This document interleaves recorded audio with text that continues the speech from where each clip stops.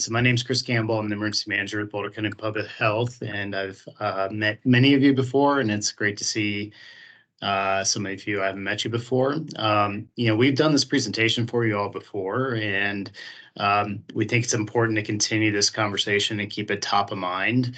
We are going to ask you all, I can't see you all, but we would like some participation, so we'll be asking you some questions on this crucial topic, and we're really going to walk through this and set the stage, set the framework, kind of frame the conversation with you all about the importance of being prepared together, and have a little bit of fun along the way. If you all have worked with our group before, thankfully Carrie and Colleen like to have lots of fun on this serious one. So.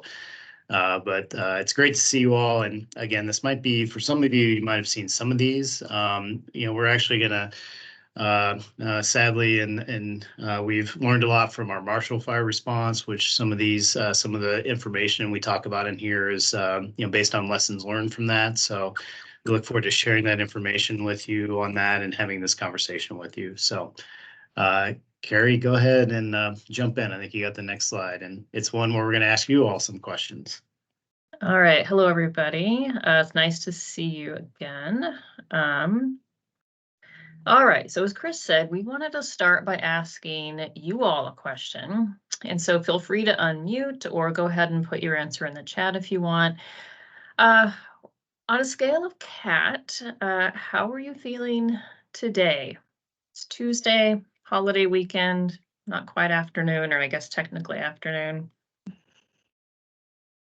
can put it in the chat. You all can shout it out. It's a little fun to start us out, and there's a reason we're asking these questions. So I see a couple sevens from staff. 6. That's awesome. Very impressed. Oh, that is impressive. I would say I'm a 3. A 3. It's a positive group today. It's good. Very. I'm happy to hear this. This is great. All right, second question, and if I keep looking down, it's because how I am sharing my screen. This is how I'm looking at the chat on my phone. So I promise I'm paying attention, and this is how. All right, so second question, how are you feeling about your emergency preparedness on a scale of CAT? Oh, definitely a 7. Well, that's okay. We all start somewhere, and hopefully this will help. Anyone else? 9? It's a little early for 9, but it's 5 o'clock somewhere. Thanks, Colleen. All right, well, we start with this just to get you thinking about, one, just to kind of say hello, lighten the mood a little bit, but also get you thinking about what you think your needs are in emergency preparedness to start with. And then we are hoping to hear from you about, what are you hoping to gain today? As Chris mentioned, we've done a version of this before.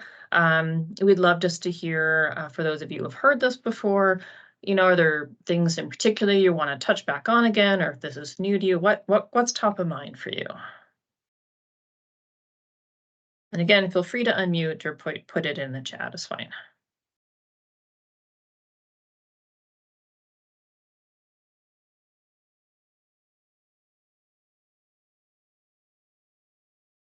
All right. Low expectations today, Carrie. That's okay. Well, we can totally meet those. Well, as we go along, if you have questions, please do feel free to put them in the chat. We'll be monitoring that. I see some answers coming in now, which is great. Resources, guidance, we will have various resources to share. Tracks around collaboration, definitely we'll talk about partnerships. All right, in the interest of time, we're going to move on, but these are great. And as Chris said, feel free to make comments and questions as we go along. All right, so I'm going to turn it back over to Chris. Thanks, Carrie. Yeah, Michelle, I happy to continue to talk with you all about collaboration, and we're gonna certainly talk about that, about how we certainly need to help each other in terms of resources, transportation, other things that can help residents and help your staff as well. I know it's been a kind of an ongoing conversation, particularly with everything we've seen in Boulder County over the last several years. It's crucial for us to come together and recognize that we need to kind of accomplish things together. So we'll talk a little bit about that, Michelle. Really appreciate that comment. So today, some of the objectives we hope to discuss with you are, just some key elements about things this group should think about, and just reinforce if you have started doing this. I think someone mentioned in the chat, learn how to make sure we're headed in the right direction. So we just want to talk through some of those elements to make sure we're all heading in the right direction. One kind of weedy thing we want to talk about today is, talking with you all about sheltering in place versus evacuation planning. And we'll talk about that type of scenario when you want to consider that as an important kind of policy discussion for your leadership, for your staff, and for your residents. So this group needs to think that through. And it's always helpful to look back at past lessons, really learn from past disasters and really learn those lessons. So we're going to touch on a lot of those from various things we've worked on over the last several years. Go ahead, Carrie.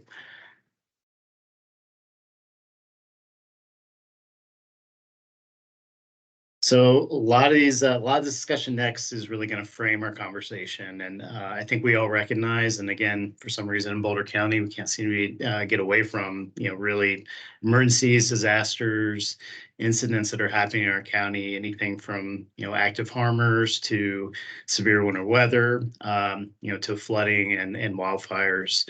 I think we all recognize that these things are accelerating, regardless of your views on this. I think we know what the data are showing us, and we know what we see in Boulder County. So again, we want to talk with you all, continue this dialogue, partner, resource share, and make sure we're prepared. Go ahead, Carrie.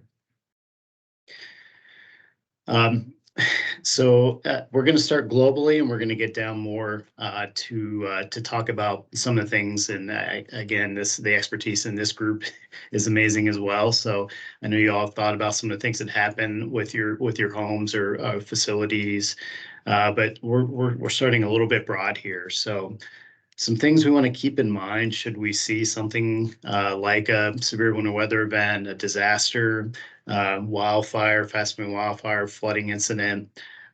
We know there's some things we know. So we know that if you call 911, it's likely not going to be the answer right away. They sometimes get inundated.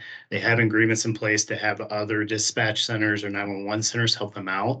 But it's really challenging if it's a large disaster. So we talk about the Marshall Fire. There were thousands of calls coming in, and it was really challenging to triage those and help. So just something to think about when you're planning for an emergency response or disaster. Resources will be limited. We're going to dig into this a little bit with you all and continue to talk about this. It might take some time to get transportation, for example. So what are your options? Are there partners nearby? Are there other facilities? Do you work within a system where there's other sister agencies or homes that you work with where you could share resources? So that is part of your initial dialogue and discussions and planning. It is really challenging. They call it a disaster for a reason. So it's really hard to know what is happening around you. This, again, we go back to the Marshall Fire. It was a firestorm. There was fire everywhere. It was hard to see. It was truly catastrophic. It was just a really challenging scenario. It was really challenging for us as public health and the Emergency Operations Center for the county to know what was going on the ground. So situational awareness might be limited, but we'll talk about in this discussion about how you can gain situational awareness, how you can gain information. So we'll work with you on that and talk through it in this discussion. Go ahead, Carrie. Again, framing the conversation. We're starting really big here, and we'll bring it in to really focus on your homes and facilities. Top things we may see from a public health perspective. We talked about it a bit, fire and flooding, severe winter weather, which again, I want to continue to talk with you all about. That can be really challenging. We see power outages during that time. We can see long periods where you won't have access to food and water. So we definitely are concerned about that. I think we all know that pandemics, outbreaks, epidemics are a concern. You all know that well. And I do want to take a moment to just recognize again everything we've been through together in the last 3 years and how incredible this leadership group is and staff. We're really grateful for you all, and I know you did an incredible work to save lives. So we got to keep those conversations going, to continue those infection prevention discussions to best support residents that are living with you all. We do see, unfortunately, and see that as a hazard as, a mass casualty or mass fatality incident. Certainly we know there's a lot of hazardous materials in our county. We are working on that as a public health plan. And we know that these hazardous materials are in population centers, so likely near where you all are at with your facilities. So that is definitely a hazard in Boulder County. And then everything we talked about, certainly there could be, internet outages, communication outages, utility losses. We talked about that. So it's another hazard that we need to talk about and plan for in Boulder County. Okay. Still me, Carrie. Gonna do that again.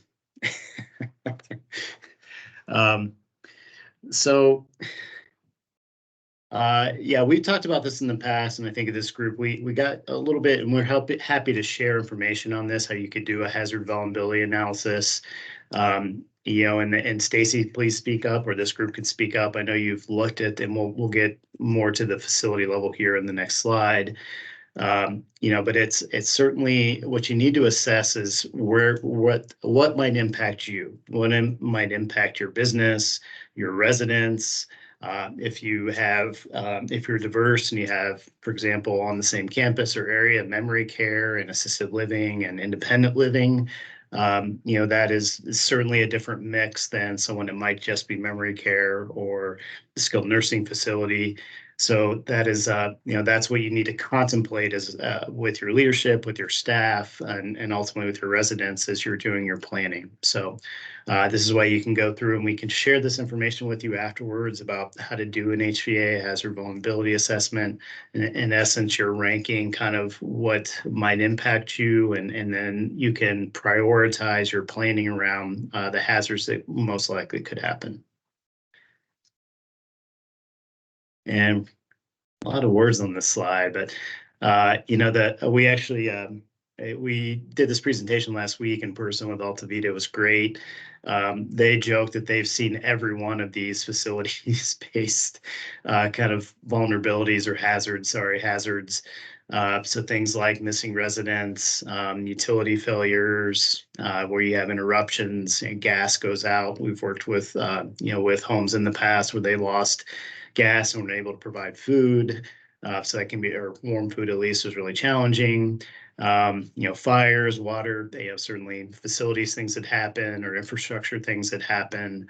I think it's important for you all, again, is in your planning, we tend to work in the very big scale things here in public health to support you all. So community things that can happen. But I think you also need to go down to that smaller level and really look at your facility and those hazards that might impact you. That's your Gary. All right, so this has been a cheery beginning. We know we have a lot of hazards in the county. So now we will start talking. Well, so what happens next? So we'll start talking about solutions and planning in particular. So we're first going to start with alert and warnings. Since the last time Chris and I and Stacy gave a version of this presentation, the local office, the Boulder Office of Disaster Management has added a few things in alert and warnings. We want to update you on that.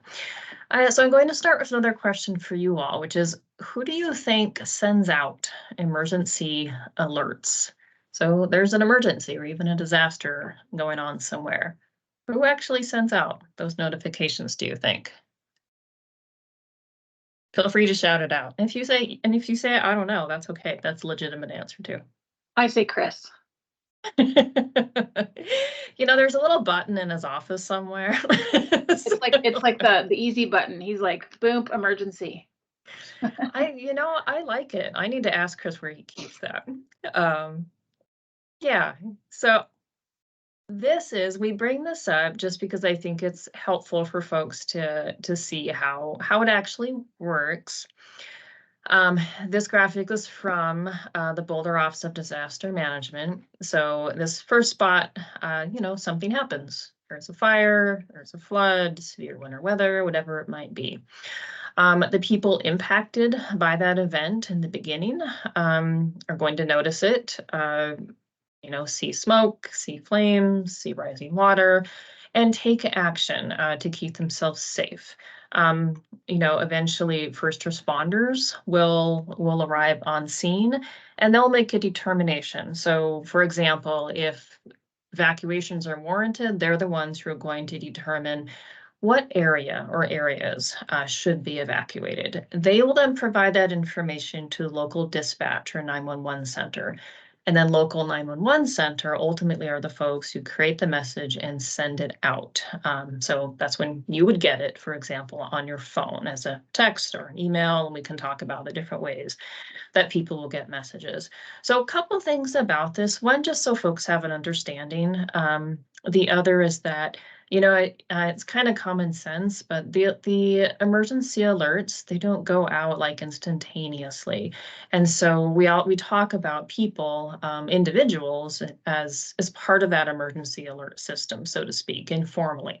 Something happens, it might put you or your residents in danger, and then you can take your own actions even prior to an alert going out. So we will share all of these slides with you all, so don't feel like you have to be sort of writing down everything, and that way you'll have access to these links.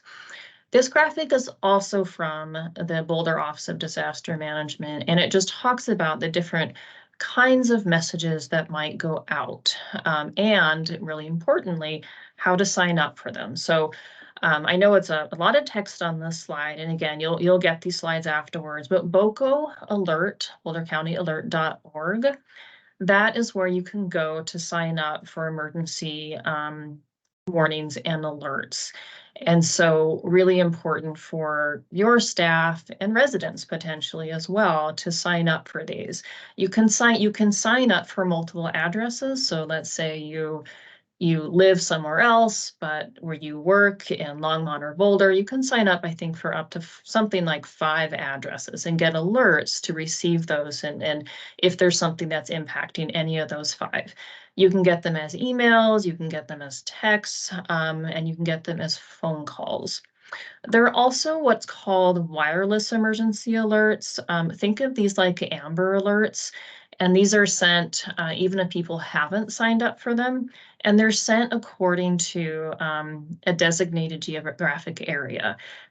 The important thing to know about the wireless emergency alerts is that once dispatch sends those out, they have no control over where all they go. That's going to really depend on the phone companies who are ultimately the ones sending them out to cell phones, how old your cell phone is, where you are. And so what this can mean is that there could be a spread in terms of who's getting that alert. So for example, a couple of years ago, we had fires that were in Boulder County, and people as far away as Wyoming were getting those alerts because of the wireless emergency alert technology. So it's not a perfect system. It's the federal system, and it's what we have. But the important thing is when you get an alert is taking that step back and getting a little bit more information first.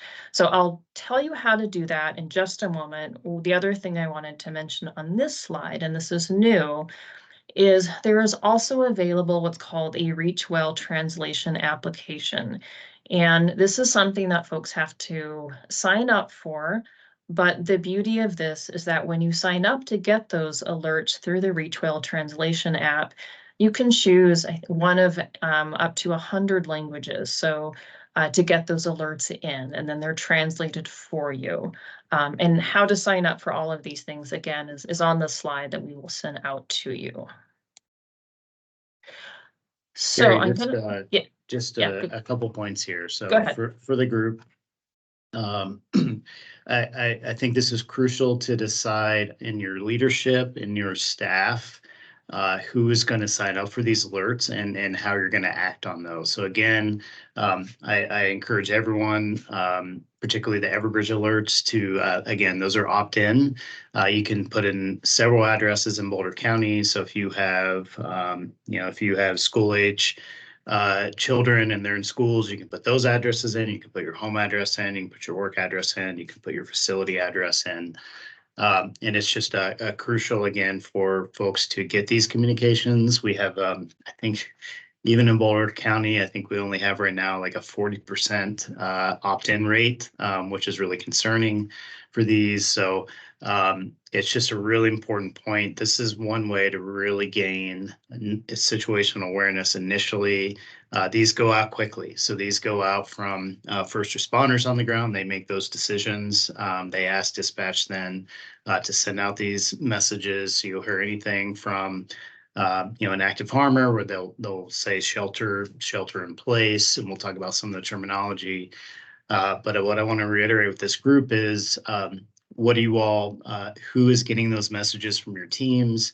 I think, as we all know, these things tend to happen over the holidays, right? So Marshall Fire happened when folks were out of town. It was over the New Year's. We just had extreme cold weather over a long holiday weekend.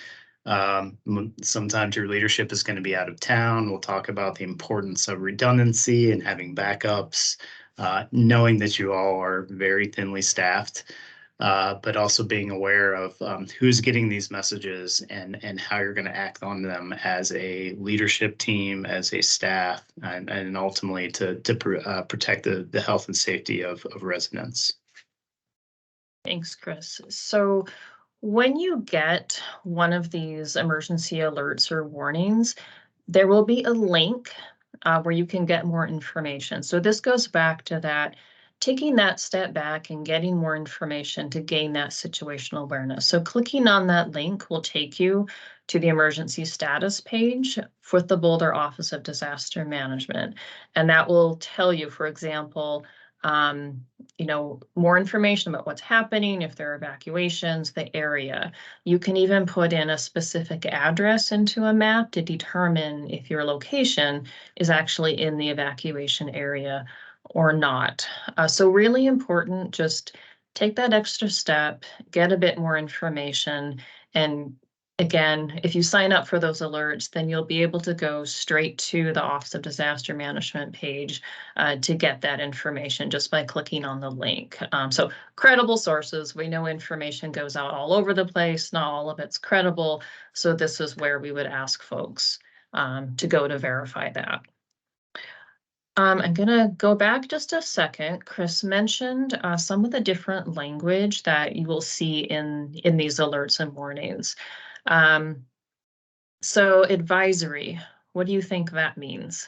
If you get an advisory, like a winter weather advisory, how would you understand that? What do you think?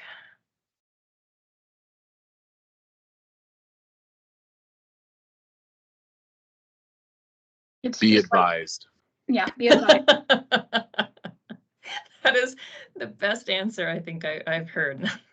Right, hey, something's up. You might want to be thinking about, are you prepared? Do you need to get more something? Alert your staff that something might be coming that will impact you. What about a warning? Winter storm warning. Like prepare or like get ready to take action. Exactly. Hey, this is coming. And so especially if you do need extra time to prepare, like let's say it is a winter storm warning and you're preparing for a potential power outage, for example, do you have what you need to shelter in place, like extra food or water, staff, whatever it is you might need, backup power to meet your residents' needs. And then an order is exactly what it sounds like. There's an immediate life threat, and you have to take action now. I won't read the slide to you, but you will also often see specific instructions in those alert and warnings, and this chart just tells you exactly what they mean. So evacuation, for example, you need to leave the area immediately, which is different from climb to higher ground, which you might see in the case of a flood. So these are just terms that it's important to know so you understand if you get an emergency alert and warning, you've gotten that situational awareness, and now you understand what they're asking you to do. All right, I am going to turn it back to Chris. Thank you, Carrie. Again, appreciate the conversation with you all. So we're honing in more on planning, and again, kind of reinforcing what you're doing, giving you some ideas on how you can address some of the hazards you identify that could impact your staff, and your residents. So one thing we talk about is scenario-based planning. So again, pick those hazards and think about, what could possibly happen. Sometimes you can have fun with it. Think about worst case scenarios. That's where we tend to be on our side, emergency management side. But it's really important to kind of think through. This is a way, again, of starting the conversation. So again, say, one of our hazards we're really concerned about for us is wildfire. We're close to the foothills. We have several residents that would be really challenging to evacuate. And so you can start with that scenario and start to think through together. What do we need to ultimately help save lives in a disaster and emergency scenario, or even, ultimately that's kind of the goal. So again, that's a broader one. You can think through some other scenarios like a power outage, which are not certainly as big or broad a scale as a wildland fire. But this is just some thought we have on how you all can start the conversation or even reinforce the conversation as you're going through planning. Another big point we've had, particularly go ahead, Carrie. Particularly post Marshall Fire. Next slide, Carrie. You're not allowed to drink any water. Sorry. Oh, and you said go ahead. I thought you were inviting me to speak. This is what comes of virtual presentations, folks. Thanks for your patience. Yeah, this virtual world. Well, so one thing we want to continue to discuss with you is when sheltering in place might be a better option. So something to think through. So we want to reinforce that point a little bit. We'll give an example of the NCAR fire, which is a fire that happened really in South Boulder, near the Flatirons there in Boulder County in Boulder. And for a number of reasons, it was just definitely a different scenario than Marshall Fire. It was not a firestorm. There were high winds, but it was impacting an area that had quite a bit of fire mitigation. So the fuels weren't burning nearly as hot. And we did work with a facility to brainstorm and to talk through. Evacuating might not be your best answer right now. And we were able to work with them to talk through and then ultimately contact incident command and the first responders on the ground. And they were pretty comfortable with structure protection. And again, it's really that weighing the impacts of your residents. So again, if these are residents that it could be very traumatic and challenging to evacuate them. You might not have the resources to evacuate them at the time. It might be challenging to get a hold of family members, and we'll talk through a little bit of that to really help with that evacuation. So potentially sheltering in place, staying where you're at, verifying that it's safe to do so is something to consider. Now, with that said, if you ever feel unsafe, you don't have to wait for someone to tell you. And it's a really important thing to talk through with your leadership team, your staff, who's making, and we'll get to that. I'm stealing some thunder, Carrie, but again, who's making these decisions? And you shouldn't hesitate to make those decisions. if you call me, I'm happy to talk it through with you and brainstorm. I'm not able to make that decision for you. Ultimately, you all have jurisdiction, you all have kind of authority over your homes, your facilities. We're there to support you and help brainstorm and really kind of come together and figure out things. We may not be there if it's really fast moving. So you really need to think that through and decide and talk about decision making. Okay. We're gonna keep going here. So we're going to talk about decision making. So, Yep, I knew that. So as Chris mentioned, you know, someone will ultimately have to decide if you do have a threat such as a flood or a wildfire or even an extended power outage. Are you sheltering in place? Are you staying? Or are you going to evacuate? And so someone actually need to be empowered to make that decision, and other folks need to be aware that they have that authority. So Chris mentioned redundancy and the fact that for whatever reason in Boulder County, we tend to have these sorts of events happen during holidays. So have at least, I would say, 3 deep people who can make these decisions in case some staff are out of town or otherwise on vacation when something happens. Also really important to think about what roles your staff are going to play. So for example, during an evacuation, how are you going to be organized? Who's going to be in charge of like getting transportation resources? Who's going to be communicating to residents' families? You know, with not all emergencies are disasters, thank goodness. And it's also true that with something like a Marshall fire, things happen really, really fast. And the circumstances change really fast. And so whatever you can do to organize ahead of time so people know, oh, this is my role, this is what I would be doing, I'm trained to do it, and you all know how you're going to work together and how you're going to communicate with each other, the more effective you're going to be. So you don't have chaos within while there's chaos going on outside as things keep changing. That communication piece, obviously really important. So, you know, if you have an evacuation or you're sheltering in place and you need more staff, how are you going to communicate with your staff? Is that a mass text system? Do you have a phone tree? How are you going to communicate with the residents in your homes? Like, do you have some sort of alerting system? Are you knocking on people's doors?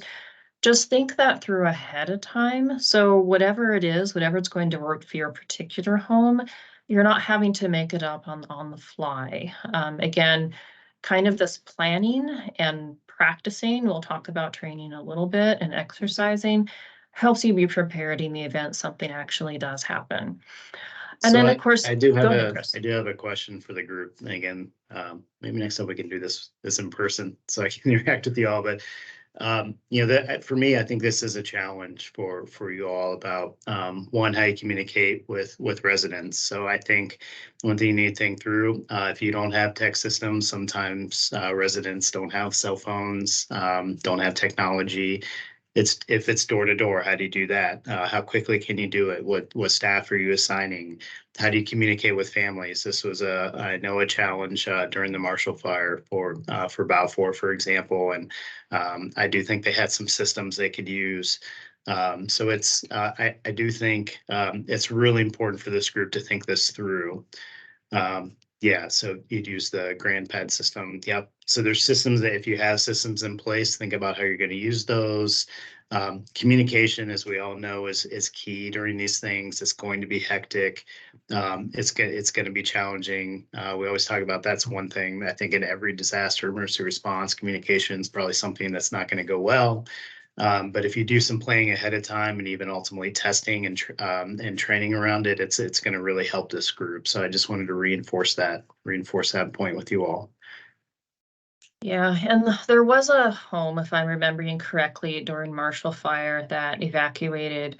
I believe they had some of their sales staff, I'm probably not using exactly the right language, who were designated to take calls and reach out to families. So just be thinking about what among your staff and what they do, what's going to naturally translate into what skills do they have that might naturally translate into what they could do during an emergency or disaster response. And be aware that families, of course, are going to be, as you probably know better than we do, families are going to be calling you. And so how are you going to handle that flood of incoming communication? Yeah, and Laura, I see your message there. It's a good point. I think again, that's where you kind of get to contingency planning. So, again, I always go back to the overarching what you're trying to accomplish, and it's life safety of your staff, of your teams, of your residents. So that's where you go door to door. You assign staff, you get organized, you make sure you don't leave anyone behind, and you're communicating with residents. If there is technology you can use and it's available, then you plan on using that, and as a backup. You're communicating directly with staff and residents. So it's a good point, Lori. Thank you. Transportation, this of course is a really big one with respect to evacuations. And as Chris mentioned at the beginning, if it's something that's affecting a large area, the resources may well be limited. So it's important to plan for resources if you do have to evacuate. That isn't going to rely necessarily, if you can help it, on something like 911, because lots of folks are going to need transportation. So just some basic stuff, like how many folks are you going to have to transport? And do they have specific needs? Like, do you need vehicles that can accommodate wheelchairs or other mobility devices? If folks need help getting in the car, how many staff do you need to help them safely do that? And then also thinking about your evacuation routes, and then keeping all of this information up to date. So we know that residents' health changes, and so continually, like on a periodic basis, oh, these are our transportation needs. This is how many people we have. These are their specific needs. This is how many of X we would need to be able to get them all out in a reasonably timely fashion. This is how many people you would need to help get them out in a reasonably timely fashion. And, I know during Marshall, and I know we keep mentioning that, it's because there were a lot of lessons learned during that. There were residents' families who came and picked folks up. And so it kind of leads us to the next slide, which is where are Gary, folks going to Gary, go? before we Yeah, go ahead. move on from that, because this is let's spend some time and just recognize with you all. I think, Michelle, I'll go back to your point about how we can truly gain some traction on that resource sharing and kind of planning together. This is a topic that, we a group did come together. Carrie was at that meeting. I think it was out of town. A group did come together to really kind of get into the logistical areas of this. So transportation, what we do know is that, I think another assumption we didn't mention and we have in the past is, public health response, we're part of the broader response in Boulder County. It'll take a little while to really be fully functional. So we're on call 24/7. We're part of the core activation with our Office of Disaster Management in Boulder County.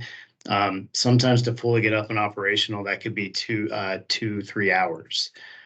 Sometimes that's too late. Sometimes it's good timing. So in the Marshall Fire, we were able to help partners like you with some transportation a little later in the event.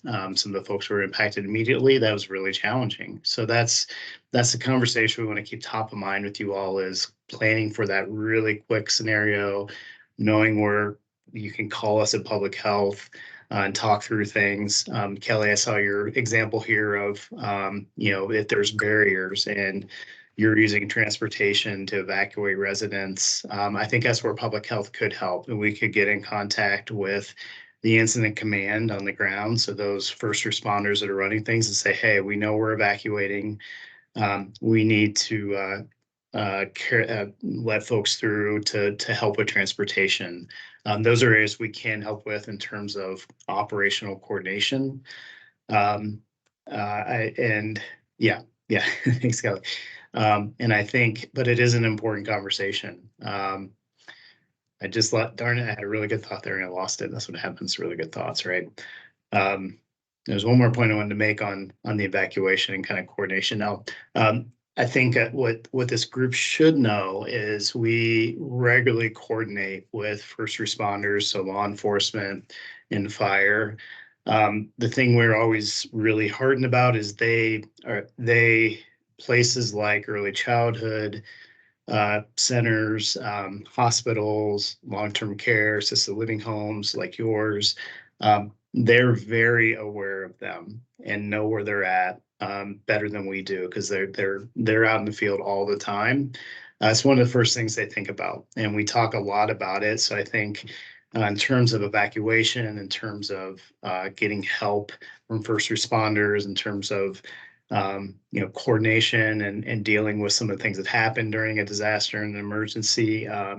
They're very aware of your residents, of your staff. Just like, again, early childhood, these are folks that take a little, it's just going to be more challenging for them to be safe and really work through a disaster. So I just wanted to mention that to you all. It's something that's top of mind for the response community, our facilities like yours. And I think the only other thing I would mention, just to reinforce, is part of that redundancy is also having multiple evacuation routes. So, if the place that you would typically go is blocked off because the proximity to the fire, such as not safe to do that, then what's an alternative? And so I would be thinking about those things as well.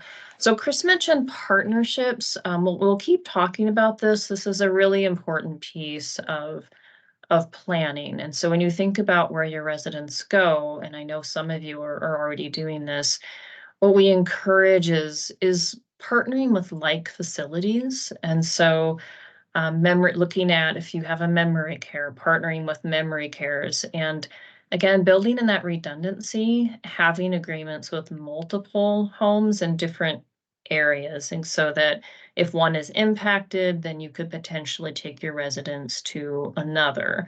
And then think about how you're going to track residents when they go, whether they're going home with family, going to a sister home, or whatever that's going to look like. So whether that's paper, electronic, having forms already made up, again, planning is going to help you in the moment. And then, of course, just thinking about how will you facilitate that reunification, residents back, reuniting residents with family caregivers, and just be thinking about that and have a plan for it. So I know, as Chris said, I am an emergency management planner, so planning is a big deal for me. One of the things that it does is it helps you see, what do I need? And then also, what can you do now? And so we talked about, like, how many transportation resources would I need? How many staff would I need? What would I need to shelter in place in the event of a power outage? And then doing those self-assessments helps you identify what the gaps are. And that's where you can start prioritizing to try to address some of those gaps. So I know we've talked a fair amount about resources here. It's actually not just about resources. It's also about that staff awareness and training, one of those bullet points. So if kind of getting ahead a little bit of myself, but part of it is, are your staff, do they know what they're supposed to do? What is their capacity to actually act? If you have the most beautiful plan in the world and all of your resources lined up, if your staff don't know what to do with them necessarily, it probably is not going to be sufficient. The other thing I would just mention is keeping your contacts up to date. This was one of those lessons learned during Marshall is staff at some homes calling other homes to find placement for their residents because they had to evacuate, and then realizing that, oh, I don't actually have the right number, or I don't have an after hours number. So whatever that looks like, just making sure that you do actually have up-to-date information for partners that you might need to reach out to in the event of something happening. And Chris, this is back to you. All right. Thanks, Carrie. I know we're doing a lot of talking at you. We just want to share a lot of information here, and we'll leave a little time here at the end. And please jump in though if you have questions. I appreciate what you're putting in the chat. These are all great thoughts. I think you've heard us say this, of course. What is your contingency plans? So again, as you're doing this planning, just again recognize that that certainly plans can fail. Just one thing I will mention is just preparing your staff, giving them basically the kind of leveraging their skill sets again, knowing that each disaster emergency is unique. We'd love to have all the answers. We always try to plan for every possible scenario, and then something else happens. So, again, I think there's ways of really kind of dealing with this contingency planning. And one thing is really empowering staff, bringing your team together, just like you do really on a daily basis, and planning together and making decisions together, and then ultimately keeping the safety of residents and your staff top of mind as you're doing this contingency planning. And moving on to partnerships. Again, this is where I want to continue to talk with you all. Again, I know Altavita, for example, has been working to try to do MOUs with partners. That's been a little bit challenging, but I would just encourage you. MOUs always seem to be really challenging for anyone. It's fascinating to me. It always seems, the bureaucracy of local government generally, it's hard to get agreements in place, but it sounds like it happens in all sectors. So I think MOUs are really important for a number of reasons. They just encourage a conversation. They encourage a connection with, like facilities. And then ultimately, they're not necessarily even binding, but at least you put some things down in writing, talk through expectations, how you can help each other. So, just want to plant that seed. And if you want to continue this conversation, we can try to go research together and find MOUs that folks have used. I think it's an area I'd love to continue to explore with this group. Certainly leverage trade organizations. You all know those better than we do. So if there's, if you're all part of trade organizations, we've done some research and there's been some great information shared in this realm of emergency preparedness. So certainly look to trade organizations. CDPHE, they can be on that regulatory side for you all, but they, particularly post-pandemic, we've really established together those relationships together. So that health facility side can be really helpful. So these are just areas, again, I think we're stronger together with those partnerships. I also want to be, just transparent with you all that I know there's still a need to kind of operationalize these partnerships, if that makes sense. So let's get down to logistics, like who am I actually getting transportation from in what scenario? And I don't think we're going to solve that today, but I'm happy. It feels like in this next year together, I think we should probably come together and really kind of try to hammer those out together. However we can help coordinate, I'd love to hear from you all. You can put in the chat, you can speak up, but this seems like our edge right now together is to figure out these partnerships, to get down in the weeds in some of this, to get some MOUs in place, to know how you can rely on others if you need help. So again, Michelle, that's what I'm looking at you because you're on my screen and you had a great comment initially, because I agree. We've had these initial conversations and I haven't heard a lot of updates on where the traction's at, but it sounds like the traction's not quite there. So we're happy to help continue that conversation with you all and really gain some traction. So yeah, so that's we talked about doing something in the Longmont area. So we'd love, Linda, appreciate that message. And sometimes it's helpful to we could bring a large group together. I'd love to hear ideas from you all, but did want to mention that. So go ahead, Carrie. Oh yeah, I think I got to that point. We just wanted to see the slide. That's all, Carrie. Train and exercise. This one, this is back to you. No, it's still And- me. Goodness. We've only done this a few times, but so yeah, it is, and this, it can be something being fun, but it's also crucial. So I want to, just mention the importance of training and exercise. This is another area we can certainly, if you all want to brainstorm with this and send us messages, we can correspond via email. We can chat about this. We can give you some ideas. Certainly testing your plans, you can, if you have them, it's a good way to bring staff together. You can maybe provide lunch and just walk through a scenario, do what's called you could do a workshop, you could do a tabletop exercise together, pick a scenario and say, all right, how are we going to test this? And it's something we'd be happy to work with you all on, but it's really important. And what it does, it's what we like to call a no-fault environment. So you make mistakes in this environment. It's important you learn from those mistakes. It just brings staff together and say, okay, here's what's happening in our facility. What do we do next? So that's, I think that's where we all, again, need to get back to as we're rebuilding post-pandemic here together. We're getting back to our training and exercise plans, back to this preparedness planning. Let's test what we've created together. So, we can certainly bring in partners. It might be something we can all talk about coming up here too. And yes, I know I always commit us to a lot here, but it's so crucial to continue to work through this all with you all. So just think about that as you start to create your plans, how you're going to test them, because that's how staff learn. They know what to do and they can understand the scenarios and the plans you have in place. So the cats are exercising. Get it? Get it?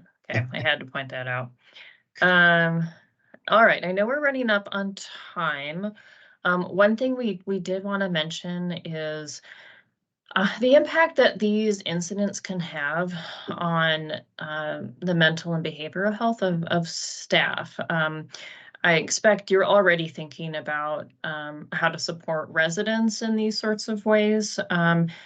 And it's also important just to consider how you might support your staff after the fact. I know that, again, we'll keep returning to Marshall. There were people who were transporting residents and seeing flames, and that's traumatic, and especially having that responsibility to keep people safe. And so that can look like a lot of different things.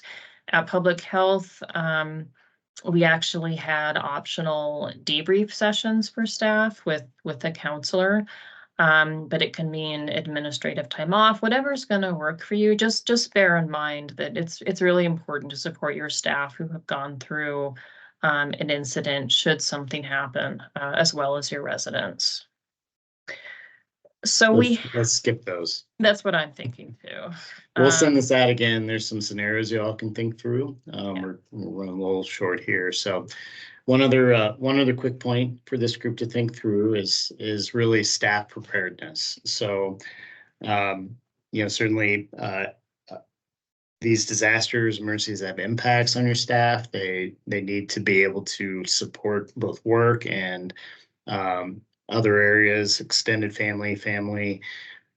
So the Boulder Office of Disaster Management has done a lot of work in community preparedness and individual preparedness.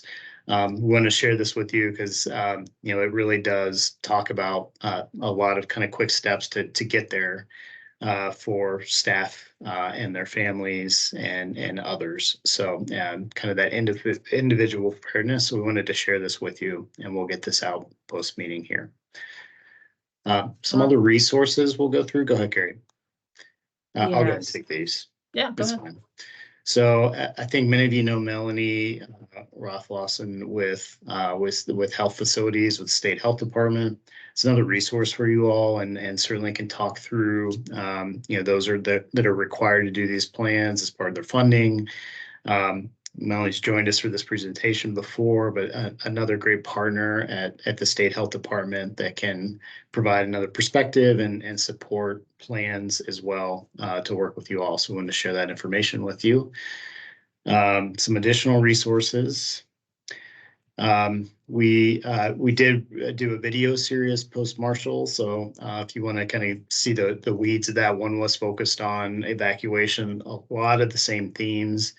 And so you'll see some folks discussing that. So you're welcome to share that with your staff. They'd like to watch that video series. Carrie, you've done a lot of research on these. So do you want to talk about some of the other resources? I know compliance was mentioned early on as one thing that folks were hoping to get out of this. So Melanie is one resource for this, but we also included a link to CMS requirements for long-term care homes with respect to emergency preparedness. So that's one of those resources. And then that last bullet point is a document that I think the University of Florida created with some partners that is exactly what it sounds like, sort of laying out some factors to consider in making that difficult decision or potentially difficult decision to evacuate or to shelter in place. Nice job. Okay. Oh, yeah, just some context for us. So as you know, so Stacy and the team are available to support you all. We are on call 24 hours, so you're welcome to call that person on call if anything does come up and you have questions.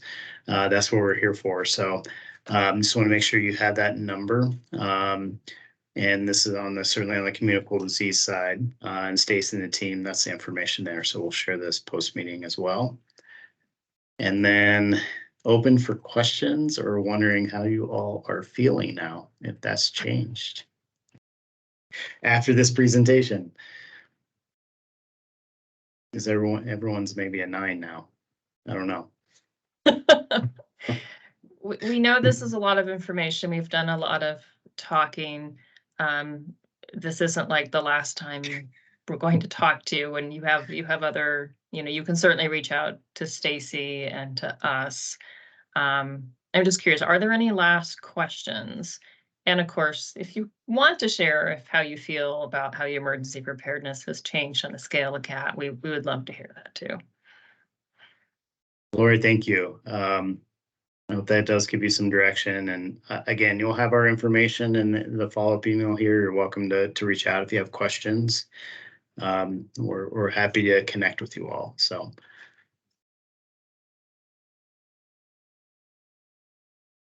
Okay.